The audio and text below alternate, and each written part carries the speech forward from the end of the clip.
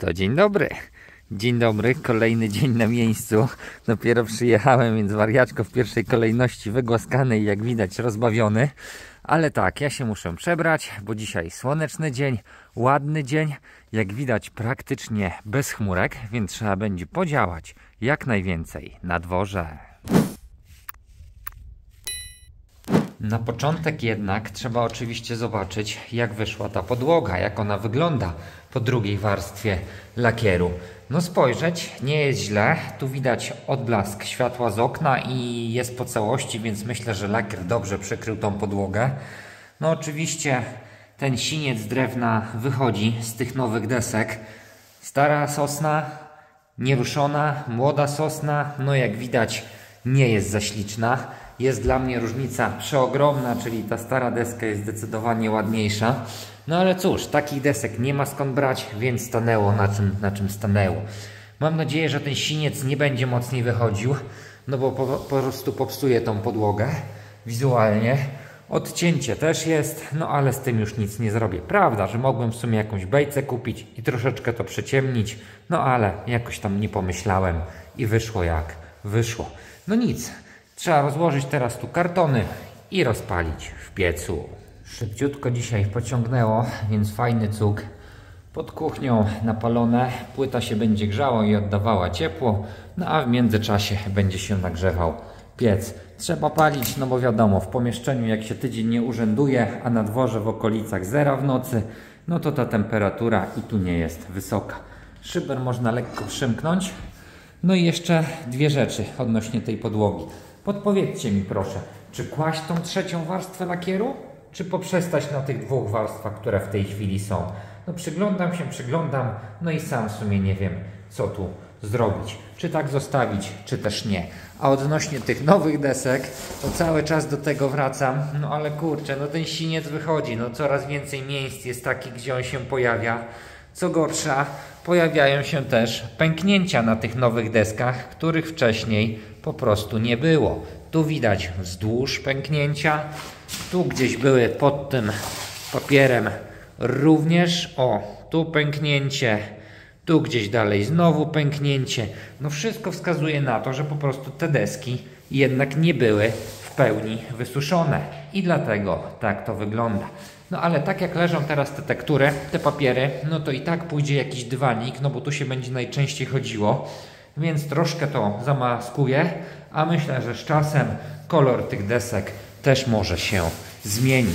No dobra, do pomieszczenia wrócimy pewnie wieczorem, standardowo, bo dzisiaj chciałbym też troszeczkę przemyć te ściany i może następnym razem brać się już za malowanie. No oczywiście, jak dacie znać z podłogą, czy trzecia warstwa, czy zostaje ta druga, no to też to będę musiał jakoś rozkalkulować w czasie i ułożyć sobie.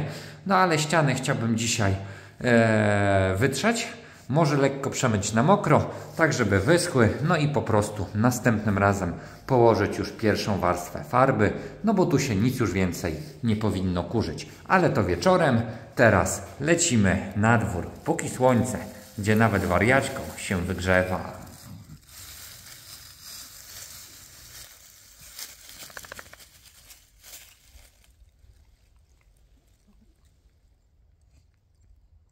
W tej chwili na słońcu jest naprawdę przyjemnie, nie ma też wiatru, więc to uczucie ciepła jest naprawdę spore i nie dziwię się, że wariaczko się wygrzewa. Ja w sumie też sobie ciuchy wyniosłem tu, żeby się zagrzały, no ale zanim się ciuchy zagrzeją, to oczywiście tego czasu też nie będę marnował. I jedna rzecz, którą chcę Wam też pokazać. Ostatni tydzień to zakupowy boom i szał, no i w ramach tego szału i boomu ja też sobie coś zorganizowałem. Od jakiegoś czasu rozglądałem się za malutką piłą gałęziówką. Zresztą po tym już można rozpoznać. 12 cali, 30 cm prowadnica. No i w końcu z fajnym kodem i z fajną promocją udało się coś takiego nabyć. Oczywiście z tymi promocjami to zawsze trzeba być ostrożnym i sprawdzać ceny zarówno przed, jak i po tych ewentualnych promocjach, no bo pamiętajcie, że kupując w internecie zawsze można towar zwrócić. No ja rozglądałem się za taką małą jednoręczną piłą już od jakiegoś czasu, no i w tej chwili coś fajnego upolować. Dobra, poskładam to i zaraz zobaczymy, jak to wygląda.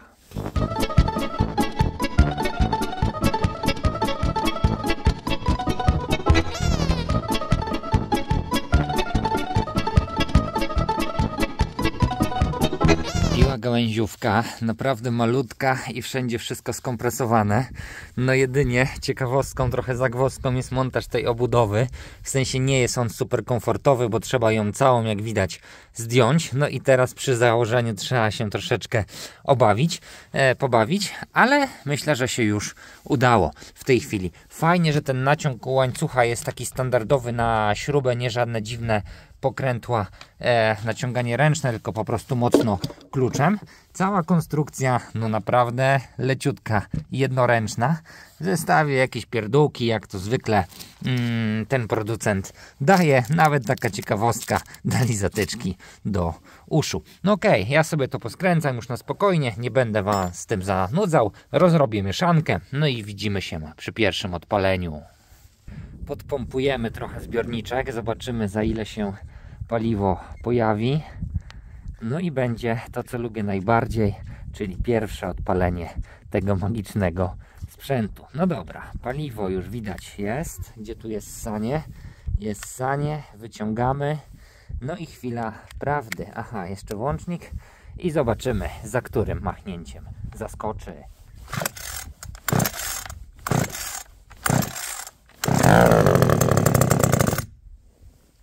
Piąte? Chyba przy piątym się odezwała. No to co? Teraz bez sania i palimy. Zaskoczy od razu, czy nie?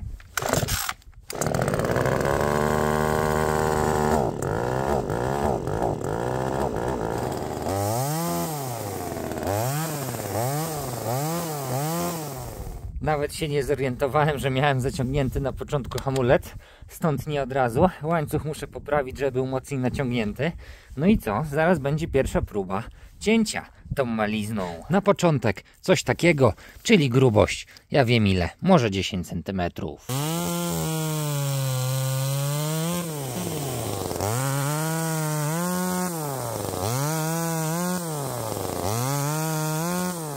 No ta drobnica to jednak żadne wyzwanie, więc szukamy czegoś większego. O, po prostu z tego odetnę jeden plaster i zobaczymy, jak to będzie pracowało. Akurat jak na prowadnicę.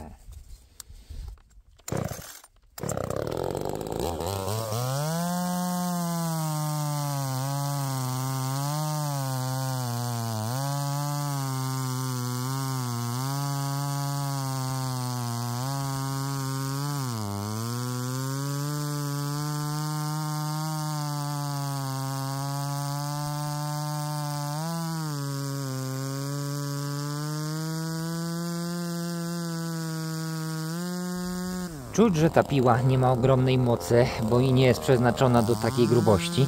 No ale w sumie spokojnie sobie dała radę. Na końcu musiałem uważać, żeby nie zaryć w ziemię, więc delikatnie dociskałem. Ale jak widać, spokojnie przycięte. A tu ten fragment środkowy to naprawdę żywiczny i twardy. I zapytacie, po co mi kolejna piła, skoro mam już, no ale mam zdecydowanie większą.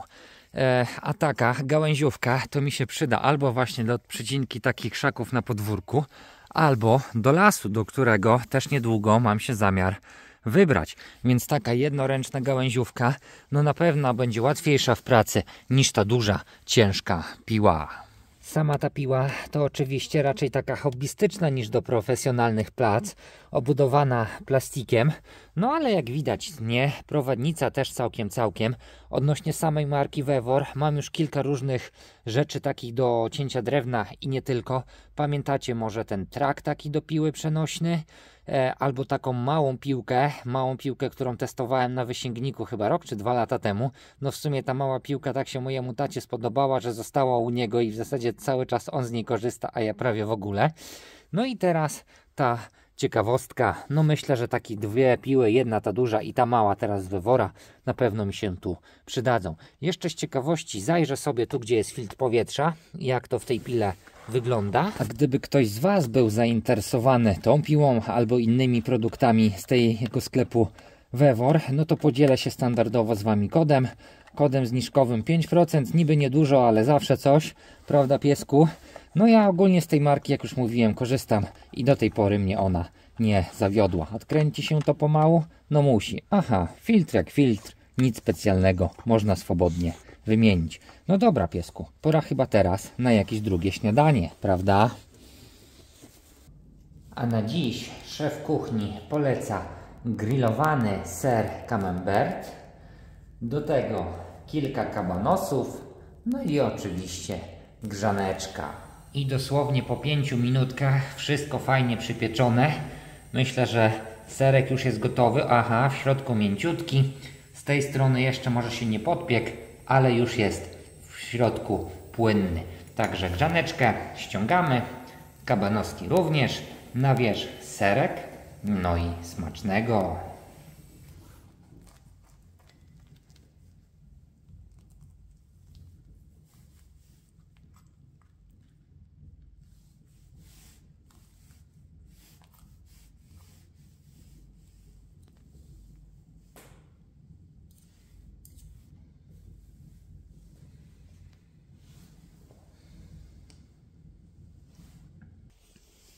Podjedzone, to teraz trzeba się brać za tą dżunglę i wszystkie te krzaki, nie krzaki, to znaczy chwasty, ogarnąć, no bo ten ogródek to wygląda po prostu strasznie, no co tu dużo mówić, nie było jeszcze czasu, żeby go przekopać, zachwaszczony, niedopilnowany w tym roku, no ale takie pół godzinki czy godzinka dobrze nam tu zrobi. Niebiesku, ty to dzisiaj aby biegasz w to i z powrotem za mną. No, tydzień się nie widzieliśmy i tak to jest. Także nie przedłużając, biorę łopatę i kopię, bo za chwilę będę jeszcze musiał usiąść do pracy na jakieś pół godziny do komputera. To nie będzie jednak takie hop-siup, jak myślałem, że powyrywam i przekopię.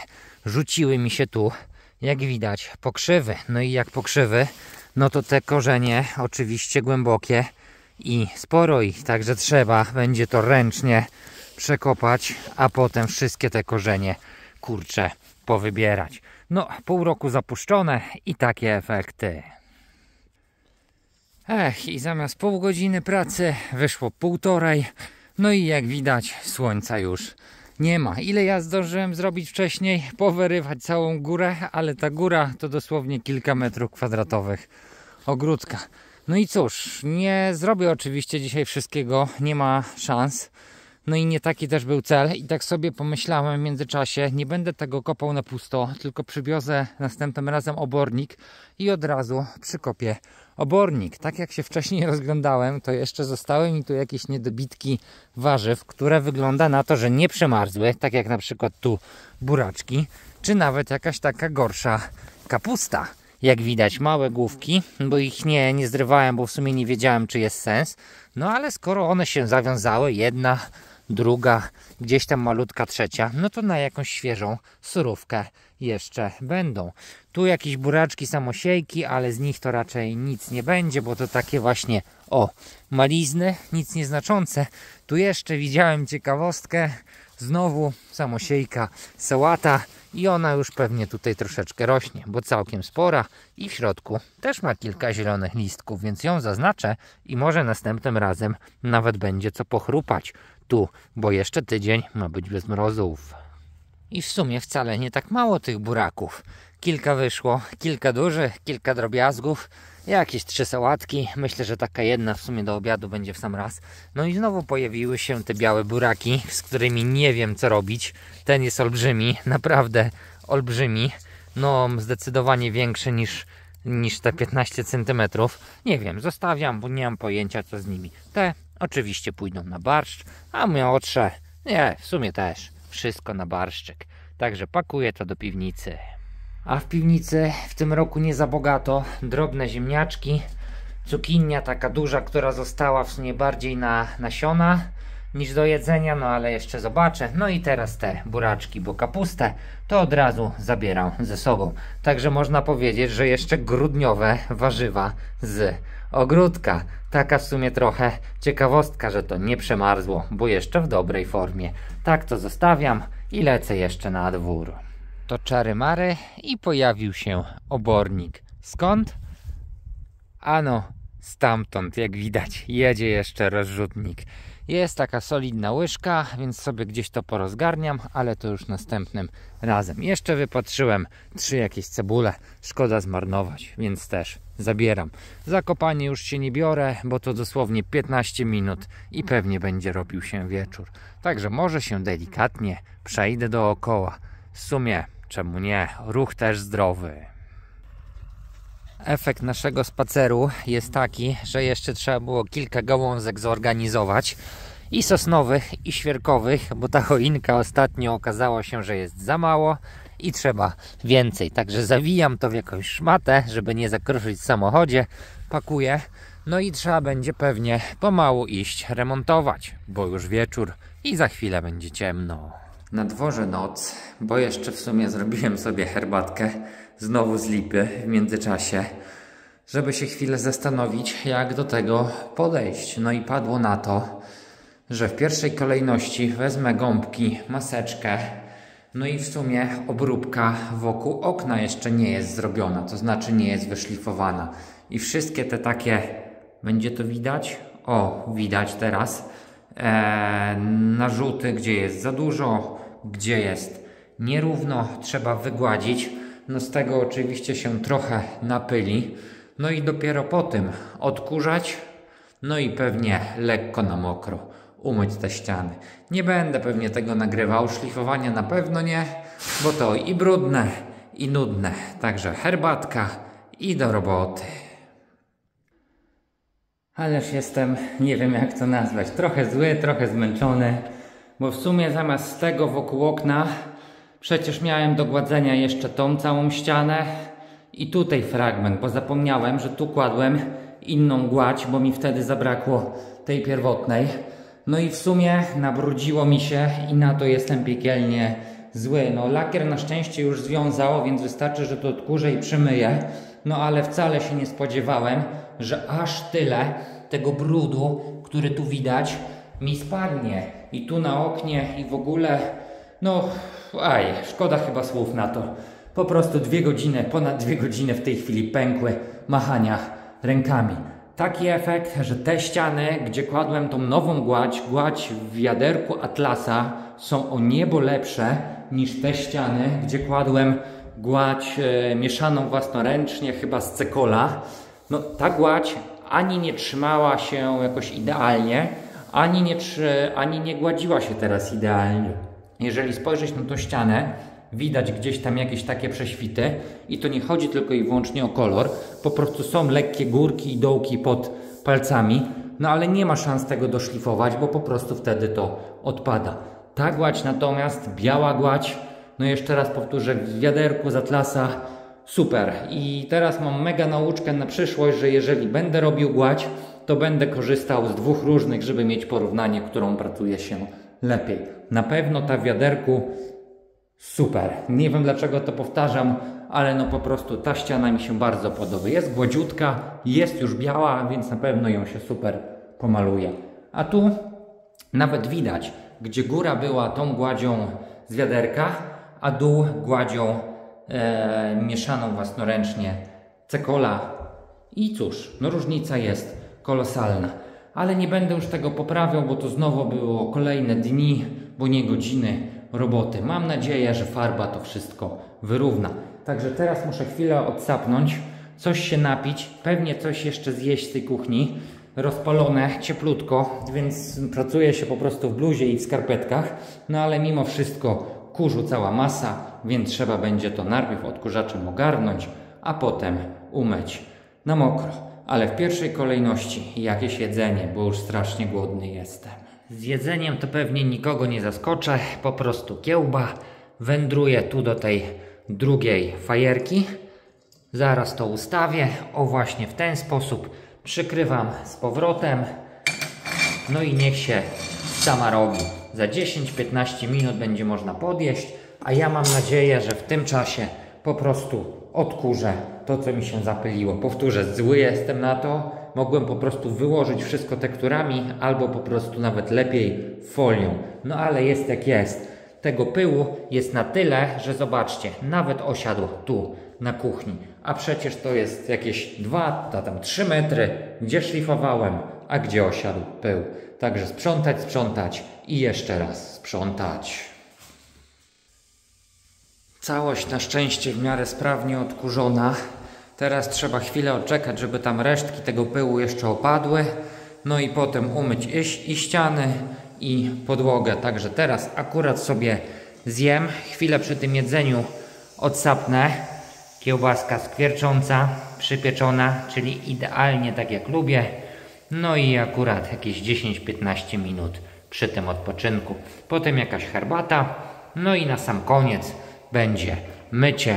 I mam nadzieję, że następnym razem będzie można to pomalować. Okej, jem i pewnie jeszcze na chwilę się włączę. I żeby Was już nie zanudzać opowieściami o zmywaniu, to po prostu przyspieszyłem i wleci timelapse. Zacząłem sobie od sufitu, wymyłem dokładnie, potem poleciały ściany. Ściany były naprawdę brudne i ta woda nadawała się do niczego, trzeba było ją zmieniać. Na samym końcu poleciało okno. Wymyłem też parapet, próbowałem odkleić folię, łatwo odchodzi, więc zostawiłem. Finalnie pomieszczenie wygląda tak. Podłoga też już jest przemyta. Zostały mi ostatnie machnięcia tutaj mopem na końcu. Tak to zostawię. Niech wysycha. Myślałem, że jeszcze rozłożę sobie folię pod następny raz, pod przyjazd, pod malowanie. No ale na mokrą podłogę nie ma sensu, a czekać już nie będę, bo prawie 21. Także ostatnie machnięcia na żywo, żeby było już czyściutko, bez żadnego pyłu. Wymyć ścierę, szykować się i do odjazdu. Także znowu takim podłogowo-remontowo-ścianowym akcentem kończę odcinek. Dzięki za obejrzenie i widzimy się następnym razem przy malowaniu ścian.